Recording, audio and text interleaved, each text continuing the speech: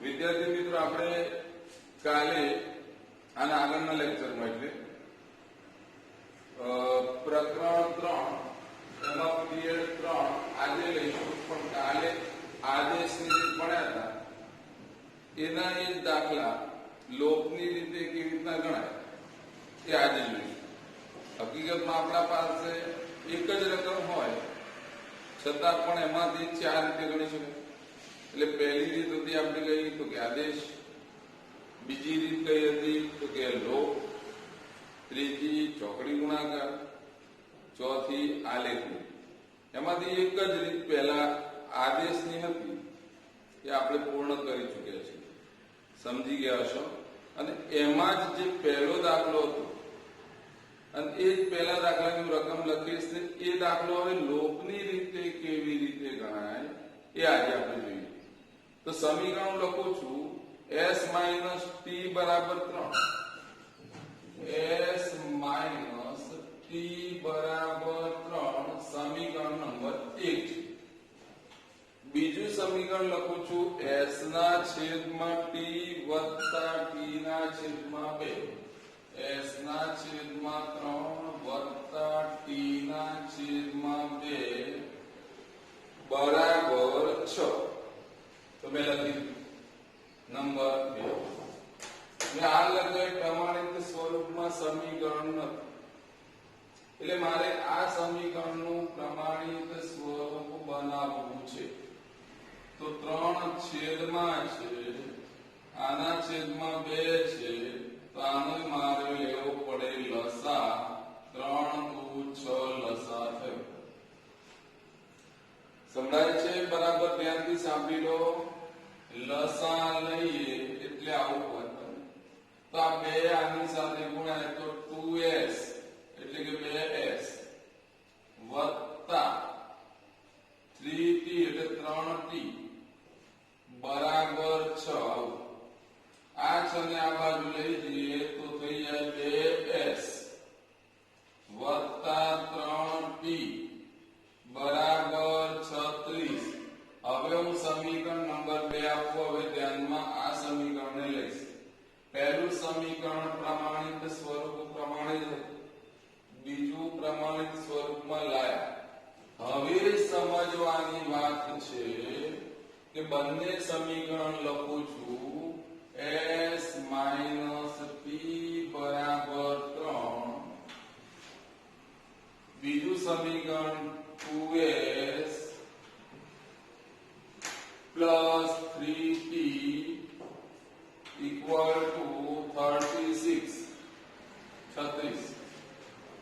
હવે જે આ લખ્યું છે એ સમીકરણ 1 છે, સમીકરણ 2 છે, એને નંબર આપો નંબર 1, નંબર 2.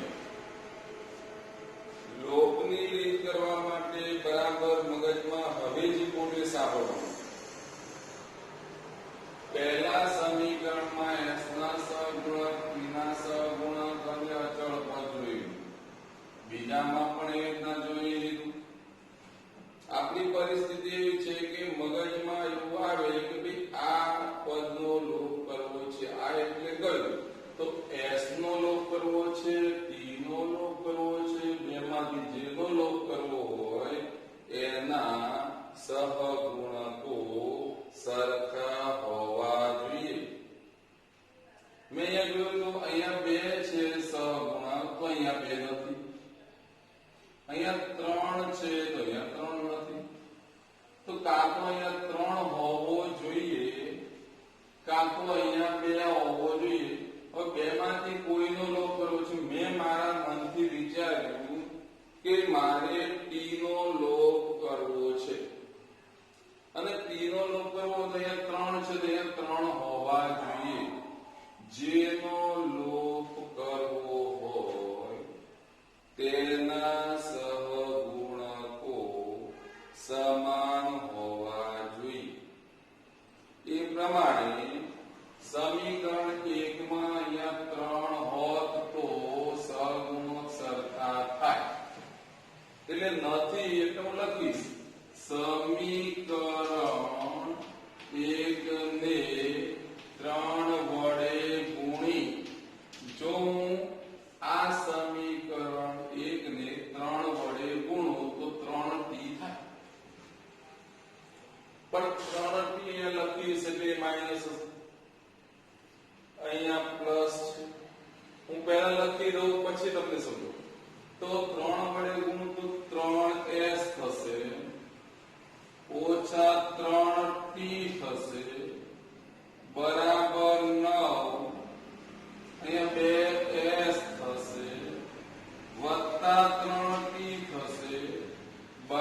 બરાબર 36.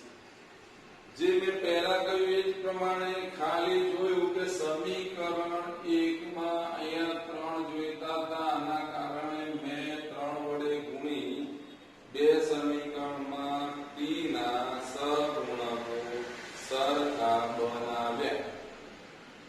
હવે આ સરખા બની ગયા સહગુણકો, તો મેં જોયું કે સજાતીય પદો છે કે વિજાતીય. તો અહીંયા પ્લસ છે, અહીંયા માઈનસ છે. એનો મતલબ કે એક ધન હોય એક ઋણ હોય અને જો એનો સરવાળો કરીએ તો એ ઉડી જાય. એટલે મેં અહીંયા પછી લીટી દોરી અને શું કરવા જઈ રહ્યો છું તો કે સરવાળો કરીશ તો આ 3 ધન છે આ 3 ઋણ છે તો ઉડી જશે. એટલે મારે આ વાક્યમાં સુધારો કરીને થોડું વધારે લખવું પડ્યું કે સમીકરણ 1 ને 3 વડે ગુણી સરવાળો લેતા. અહીંયા બે શબ્દો વપરાશે. કોઈ સમીકરણમાં સરવાળો લેતા વપરાશે, કોઈ સમીકરણમાં બાદબાકી. બાદબાકી ત્યારે એવું બોલી શકાય કે બંને ધન હોય તો સરવાળો કરવા જઈએ તો ધન રહેવાનું, ઉડવાનું નથી. એટલે એ વખતે ધન બંને હોય તો એક બાદ કરવું પડે. આપણે અત્યારે એ બધું વિચાર્યું કે આ સમીકરણ જે છે એમાં જો આનો સરવાળો કરવા જાઉં તો અહીંયા મને 3s + 2s બરાબર ટોટલ થાય 5s. અહીંયા સરવાળો કરવા જાઉં તો 3 માંથી 3 જતા રહે એટલે ગાયબ થઈ ગયા. ગાયબ થયા એટલે લોપ થયો. અને અહીંયા પણ આપણે જોયું તો આ ધન છે આ ધન છે, બંને ધન હોય તો સરવાળો કરવા જાય તો 36 માં 9 ઉમેરો 45 થયા. હવે અહીંયા 5s છે, મારે s બરાબર લાવવું છે તો આ 5 ને હું લઈ જઉં છેદમાં 45 ના છેદમાં 5 થશે. તો s બરાબર 5 છેદ ઉડાડો તો 9 × 5 9 × 5 છેદમાં 5. તો s બરાબર 5 ઉડી ગયા તો જવાબ આવ્યો 9. એટલે મને s ની કિંમત મળી 9. હવે એક કિંમત મળી ગઈ તો બીજી કિંમત તો શું? તો હવે લોપની રીતમાં તમારી પાસે સમીકરણ 1 પણ છે, સમીકરણ 2 પણ છે. ઓરિજિનલ પહેલા એમાં સમીકરણ 1 નાનું છે, સમીકરણ 2 થોડું મોટું લાગે છે. સમીકરણ 1 જે નાનું છે એની ગણતરી કરવી સરળ પડે. એટલે મેં એવું વિચાર્યું કે સમીકરણ s - t બરાબર 3 માં કોની કિંમત શોધી લાવ્યો છું કે s ની? તો s બરાબર કેટલી લાવ્યો છું કે 9 મૂકતા. જો આમાં એટલે એવું જરૂર નથી કે સમીકરણ 1 જ લે. સમીકરણ 1 સમીકરણ 2 માંથી કોઈ પણ સમીકરણમાં s બરાબર 9 મૂકવામાં આવે તો t ની કિંમત જે જવાબ હોય એ જ આવે. એટલે કે અલગ અલગ ના. સમીકરણ 1 માં મૂકશો તો એટલો આવશે, સમીકરણ 2 માં મૂકશો તો પણ એટલો જ આવશે. મેં અત્યારે સમીકરણ 1 જે હતું એમાં કિંમત મૂકી રહ્યો તો કોની કિંમત કે s ની કિંમત મૂકી. તો s ની જગ્યાએ મેં કિંમત મૂકી 9 - t બરાબર 3. આ ઋણ છે એને અહીંયા રાખવું તો આને લઈ જવું પડે. પણ હું એવું વિચારું છું કે આના ઋણ છે તો એને જ ધન કરતો તો આને આ બાજુ લઈ જવું તો શું બની જશે? t ધન બની જશે. તો 3 આ બાજુ છે એને આમ લાવો ને તો 9 - 3 થશે. 9 માંથી 3 જાય તો 6 થશે. તો t બરાબર મને કિંમત મળી 6. તમે આગળ જે દાખલો ગણો તો આદેશની રીતમાં એમાં પણ જવાબ 9 અને 6 આવ્યો હતો. જોવું હોય તો જોઈ લેજો. અત્યારે જવાબ પણ એ ખાલી રીત બદલે આદેશમાં આદેશ લેતા હતા કિંમત મૂકતા હતા. આમાં લોપ કરેલી છે અને એ ચલ રાશિનો લોપ થાય એટલે એક ચલ રાશિ બાકી રહે એનો જવાબ મળી જાય. એના ઉપરથી કેવી રીતના લાય બરાબર સમજ્યા હોય તો છેલ્લે લખવાનું. તો જવાબ ઉકેલ એટલે કે ઉકેલ શું મળે તમને? તો s બરાબર કેટલા મળ્યા? 9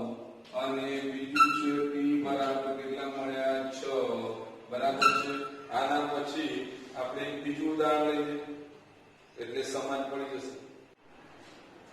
હવે આપણે એક ઉદાહરણ પૂરું કર્યું. એ ઉદાહરણ પૂરું થયા પછી એવું ને એવું એ જ રીત બીજું ઉદાહરણ. હવે બીજા ઉદાહરણમાં રીત તો એક જ છે, લોકની રીત. મેં લખ્યું ઉદાહરણ 2, લોકની રીતે ઉકેલ મેળવો. તે માટે આ મારી પાસે સમીકરણ 1 છે, આ સમીકરણ 2 છે. હું નામ આપું છું નંબર 1, નંબર 2. હવે જે બોલ્યું બરાબર સાંભળી લેજો. આ દાખલામાં પ્રથમ x વાળું પદ હોવું જોઈએ ચલરાશી, બીજું y વાળું, અને બરાબર કરીને આ બાજુ અચળ. x વાળું પદ, y વાળું પદ અને બરાબર કરીને આ બાજુ અચળ પદ. આ પહેલા ગોઠવો એટલે તમારા લોકની રીતે ઉકેલ શોધવા માટેના સમીકરણ બને. x y અને આ બાજુ અચળ. મેં અહીંયા લખ્યું 2x + 3y બરાબર 13, 4x + 5y બરાબર 23. રીત લાવી છે લોકની.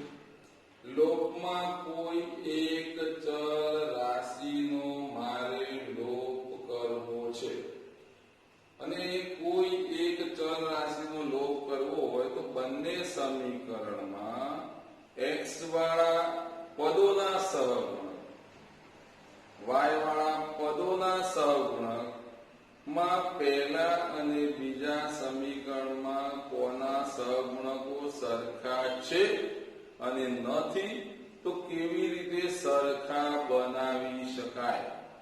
તો અહીંયા જોઈએ તો ખબર પડે કે અહીંયા 3 છે, અહીંયા 5 છે.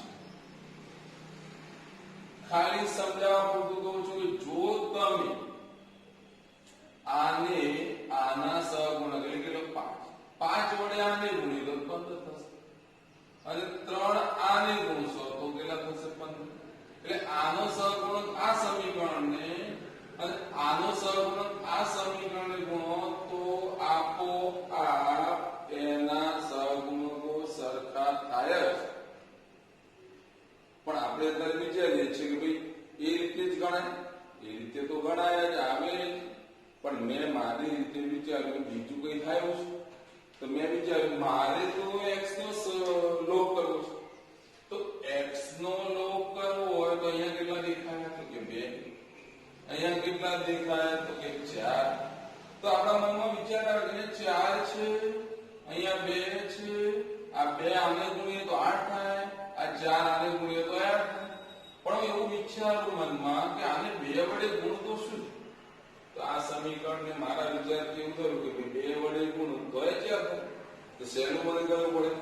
તો 2 વડે ગુણી દો, સારું રહેશે. તો હું લખું સમીકરણ 1 ને 2 વડે ગુણી, આટલા અટકી છું ગુણી, હજી આગળ લખવું છે. પણ આને પેલા 2 વડે ગુણો તો ખબર પડે તમને. તો થશે કેટલા? 2 વડે આને ગુણવામાં આવે તો 4x. ધ્યાન રાખજો આને એકલા ગુણવાનું નથી, આને પણ ગુણવાનું છે. એટલે થશે કેટલા? 6y બરાબર આને પણ ગુણવાનું એટલે થશે 26. સમીકરણ 1 ને 2 વડે ગુણતા મળેલું સમીકરણ મારી પાસે છે 4x + 6y બરાબર 26. આટલા સુધી આવી ગયા. તો બીજું સમીકરણ કયું હતું? 4x + 5y બરાબર 23.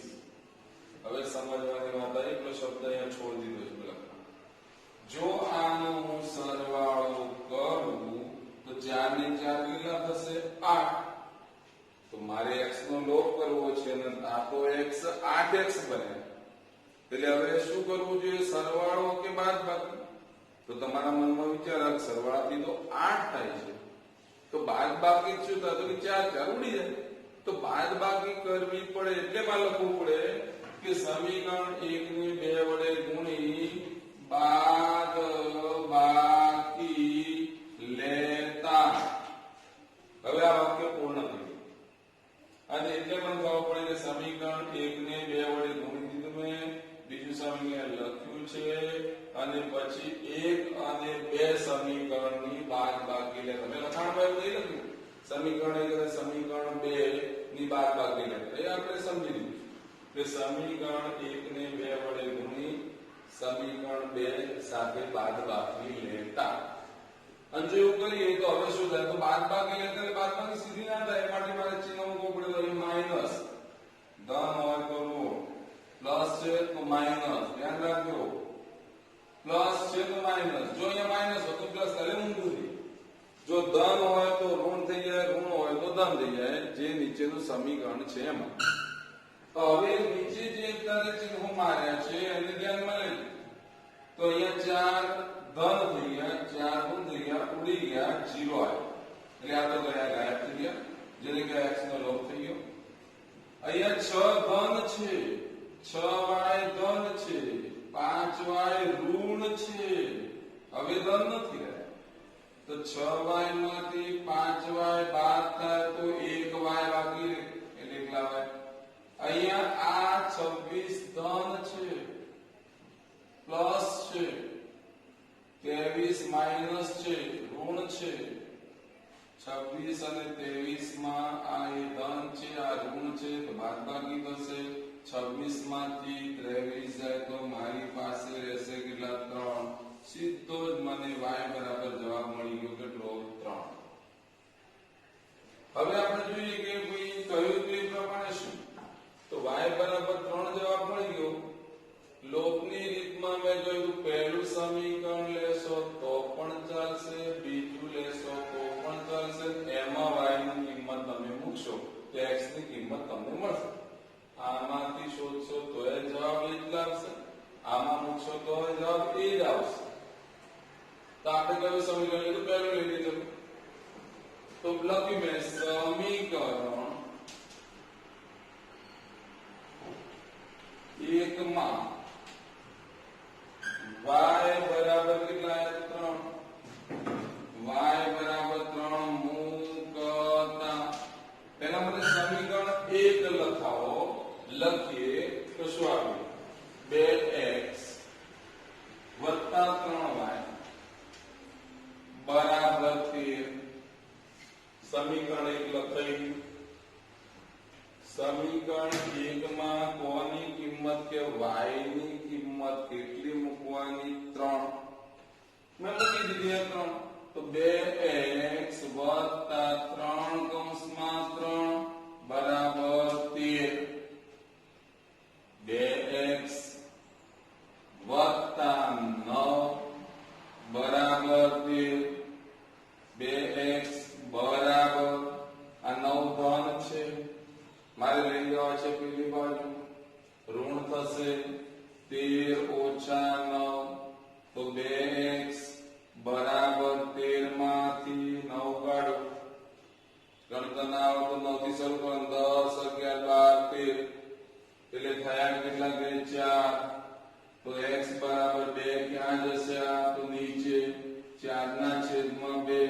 તો x બરાબર જવાબ કેટલો આવે? તો કે 2. તો મારો લખવાનો જવાબ ઉકેલ x બરાબર જ્યાં હોય તે x બરાબર કેટલા છે? 2 અને y બરાબર કેટલા છે? અહીંયા જોઈ લેશો એટલે ખબર પડશે. y બરાબર કેટલા છે? 3. તો y બરાબર 3. આ બીજું ઉદાહરણ આપણું પૂરું થયું. પહેલું ઉદાહરણ બરાબર સમજી ગયા હશો, બરાબર છે. અને બીજું ઉદાહરણ છે કે હાલ પૂર્ણ થયું. લોપની રીતે 2 ઉદાહરણ બરાબર સમજાયા છે કે બરાબર સમજી ગયા હોય તો ત્રીજું થોડું અઘરું ઉદાહરણ લઈએ. લોપની રીતના 2 દાખલા પૂર્ણ કર્યા આપણે. બોર્ડ પર ત્રીજો દાખલો લખ્યો છે ઉદાહરણ નંબર 3. લોપની રીતે ઉકેલ શોધો. એમાં 3x ઓછા 5y ઓછા 4 બરાબર 0. 9x બરાબર 2y વત્તા 7. પહેલું કામ કર્યું, x વાળા પદો y વાળા પદો એક બાજુ, અચળ પદ એક બાજુ. તો 3x ઓછા 5y બરાબર આને આમ લીધું 4. આને નંબર 1 આપશે.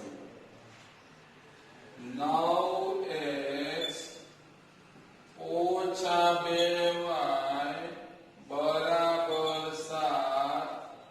સમીકરણ નંબર 2 સમીકરણ 1 અને સમીકરણ 2 બંનેમાં જેનો લોપ કરવો છે એ વિશે વિચારીએ તો આ સમીકરણમાં x નો સહગુણક 3 છે, આમાં 9 છે, આને 3 વડે હું ગુણું તો 9 થઈ જાય અને 9 થઈ જાય તો આ x નો લોપ કરી શકાય. પણ મેં મારી મનમાં વિચાર્યું કે ભાઈ x નો લોપ કરવો એવું જરૂર નથી, y નો પણ કરી શકે. તો આ વખતે હું એવું વિચારું છું કે y નો લોપ કરીને તમને બતાવું. તો y નો લોપ કરવા માટે શું? તો આનો સહગુણક 5 છે, આનો સહગુણક 2 છે. હવે આ પહેલા સમીકરણને એવું કઈ રકમ ગુણવું કે જેને કારણે બીજાને ગુણવાથી બંનેના સહગુણક સરખા. તો મારામાં વિચાર આવ્યો ખબર ના પડતી 2 આને ગુણી છે, 5 આને ગુણી, તો મેં અહીંયા લખી દીધું ગુણ્યા કર્યું. તો આ પહેલા સમીકરણમાં y નો લોપ કરવા માટે બીજા સમીકરણમાં 2 છે એને મેં લખી દીધું. કેવા આ 2 અહીંયા લખવા જરૂરી નથી, સમજાવવા માટે હું લખી રહ્યો છું, મનમાં ખબર પડી. આ 5 અહીંયા લખી દઉં. કેવા નંબર આ 2 છે આને ગુણી દઉં છું અને આ 5 છે આને ગુણવા પ્રયત્ન કરું છું. તો જો આને ગુણીએ તો શું થાય?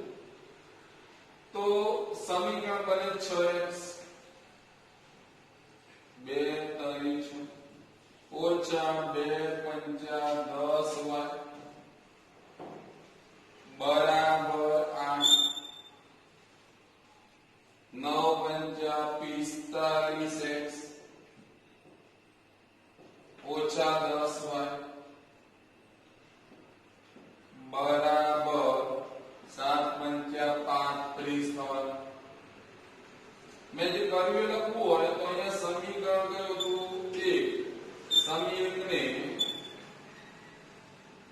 2 વડે ગુણી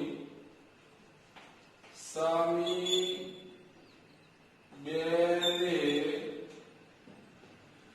5 વડે ગુણી એક શબ્દ બાકી રહ્યો કેમ? કારણ કે જો ગુણ્યા પછી આનો સરવાળો કરું તો અહીંયા 20y થશે માઇનસ. સરવાળો કરીએ તો કોઈનો લોપ ન થાય એટલે ગુણી બાદ બાકી લેતા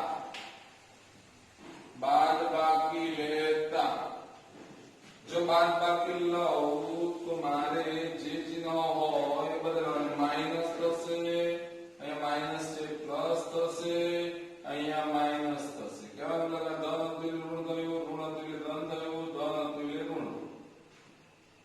હવે આમાં જોશો તો ખબર પડે આ ઋણ છે, આ ધન છે. ધન અને ઋણ હોય તો એનો સરવાળો કરવા જઈએ તો હંમેશા જવાબ આવે શું? તો બાદબાકી કરવાનું. તો 45 માંથી 6 જશે, મોટાનું ચિહ્ન આવે માઇનસ આવશે, તો મને મળશે 39x. આ 10 ધન છે, 10 ઋણ છે એટલે એનો મળ્યો લોપ બરાબરનું ચિહ્ન. અહીંયા 35 છે, અહીંયા 8 છે, આ ઋણ છે, આ ધન છે, બાદબાકી થશે અને 35 માંથી 8 જાય તો 27 રહેશે અને ચિહ્ન મોટામાં આવે. મને જવાબ આટલો મળ્યો જે અહીંયા લખી રહ્યો. 39x બરાબર માઇનસ 39x બરાબર માઇનસ 27. આ x નો સહગુણક આ બાજુ લઈ જાઉં તો x બરાબર માઇનસ 27 છેદમાં માઇનસ 39. ઉપર ઋણ નીચે ઋણ બંને ઋણ ગયા 2 વખત એટલે જતા. હવે 27 ના અવયવ 9 ગુણ્યા 3 નીચે 13 39 3 ગયા તો x બરાબર 9 ના આદેશની રીતે જે દાખલો મેં આપ્યો હતો એમાં પણ આ દાખલો છે, એનો જવાબ પણ તમારો આવ્યો છે આવો જ, પણ આદેશની રીતે એ જ રકમ અત્યારે લખી હતી અને હવે રીત બદલીને લોકની રીતે જવાબ લાવ્યો. એ જવાબ એ કહેવાનો મતલબ એ તો થયો કે રીત બદલાય, સમીકરણ જેવાના જવાબ તો એ જ આવે, જે આવતા હોય એના નક્કી કરેલા જવાબ જ આવે. હવે વાત આવી આપણે સમજાયું તે પ્રમાણે શું થશે, તો કોઈ એક લેવું પડશે સમીકરણ. તો કોઈ એક સમીકરણમાં તમે નક્કી કરો કે પહેલું લેવું છે કે બીજું લેવું છે. હવે હું મારી રીતે નક્કી કરું છું, એ રીતે તમે તમારી રીતે નક્કી કરશો. મેં વિચાર્યું પહેલું સમીકરણ લઈ લઉં. તો પહેલું સમીકરણ કયું છે? 3x ઓછા 5y બરાબર 4 માં 3x ઓછા 5y બરાબર 4 માં x બરાબર 9/13 મૂકતા લોકની રીતમાં એકનો લોપ થઈ જાય એટલે કોઈ x કે y ની કિંમત મળે અને પછી કોઈ એક સમીકરણ ઉપર જે હતા બેમાંથી એક લેવાનું, એમાં એની કિંમત મૂકવાની. મેં મૂકી તો 3 કૌંસમાં 9/13 કૌંસ પૂરવાની કિંમત મૂકું છું ભાઈ, ઓછા 5y બરાબર 4. આનો ગુણાકાર અંશ સાથે ગુણાય, છેદમાં કશું જ ના હોય, એક વાર ભૂલમાં પછી આના ગુણતા અને ગુણાય 9 કરી 27 છેદમાં 13 ઓછા 5y બરાબર 4. અહીંયા 27 ના છેદમાં 13 ધન છે, આ ઋણ છે. મને એવો વિચાર આવ્યો ઋણ વારંવાર આવે ભૂલ થાય, એના કરતા એને હું ધન બનાવી દઉં, આને આ બાજુ લઈ જાઉં તો 5y થઈ જાય. તો 4 ને આ બાજુ લાવવાનો વારો આવે તો 27 ના છેદમાં 13 ઓછા 4 બરાબર 5y આવશે. થોડી જગ્યાના અભાવના કારણે અહીંયા સમ કરું છું, એટલે અહીંયા બરાબર ધ્યાન આપી દેજો. એના એક દાખલો અહીંયા 27 ના છેદમાં 13 ઓછા 4 બરાબર 5y. અહીંયા આ બંનેમાં બાદબાકી કરવી હોય તો મારે લસા લેવો પડે. 13 લસા લો તો અહીંયા 13 ગુણવાની જરૂર નથી, અહીંયા 13 ગુણાય, 13 ગુણ્યા 4 52 થાય. અહીંયા 27 એમને એમ રહે બરાબર 5y.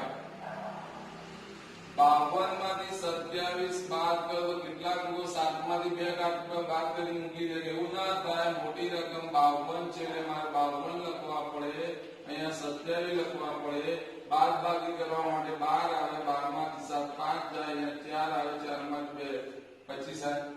મોટાનું ચિહ્ન આવે એટલે મોટું કોણ? તો કે 52. તો માઈનસ કેટલા આવશે? 25. અને જો માઈનસ 25 આવે તો છેદમાં કેટલા? તો કે 13 બરાબર 5y. તો 5y બરાબર કેટલા? તો એ નહીં લખું છું. 5y બરાબર માઈનસ 25 ના છેદમાં 13. આ પાત ધ્યાન લેજો. y બરાબર કેટલા? તો માઈનસ 25 છેદમાં 13. આ 5 અહીંયા નીચે ગયા 5. y બરાબર આ છે ઉડી ગયા, જવાબ આવશે 5. ઋણ એક છે, માઈનસ રહેશે અને 5 ઉપર છે, નીચે 13. તો y ની કિંમત મને મળી. હું લખીશ ઉકેલ x બરાબર જવાબ આવે છે 9/13. y બરાબર જવાબ આવે છે -5/13. અત્યારે જે દાખલો મેં ગણાયો એ દાખલો બરાબર સમજી લેજો કે લોકની રીતે ઉદાહરણ 1 લીધું, ઉદાહરણ 2 લીધું, ઉદાહરણ 3 લીધું અને 3 માં સરળ પદ્ધતિથી સમજાયું છે. 3 વખત ઉદાહરણ બરાબર જોઈ લો અને પછી એમાંથી નવા જે આજે લેસન આપવામાં આવે એ લોકની રીતે દાખલા ગણવા અને સ્વપ્રયત્ન કરવા. પૂરો થાય તો ફરીથી ગણવાનો, ત્રીજી વખત ગણવાનો. બરાબર. ઘણી વખત શું થાય કે આનો જવાબ છે ને 0 આવ્યો. ઘણી વખત આપણો જવાબ 0 આવે તો કેટલાક લોકો એવું વિચારે કે ઉકેલ ના મળે. ઉકેલ ના મળે નહીં, 0 ઉકેલ જ કહેવાય, એની વેલ્યુ જ 0 છે. એટલે એવું મનમાં નહીં વિચારવાનું કે નીચે લખી દેવાનું 0 જવાબ મળેલો ઉકેલ ના મળ્યો ગણાય. એ ઉકેલ જ કહેવાય, એની વેલ્યુ 0 છે. જેમ -1 એક ઉકેલ જ કહેવાય આવે તો એક ઉકેલ જ કહેવાય, એમ 0 એ પણ ઉકેલ જ કહેવાય. એટલે આ પ્રમાણે 0 પણ ઉકેલ ગણાય, ઉકેલ નથી એવું ન માને. બરાબર છે? ઓકે.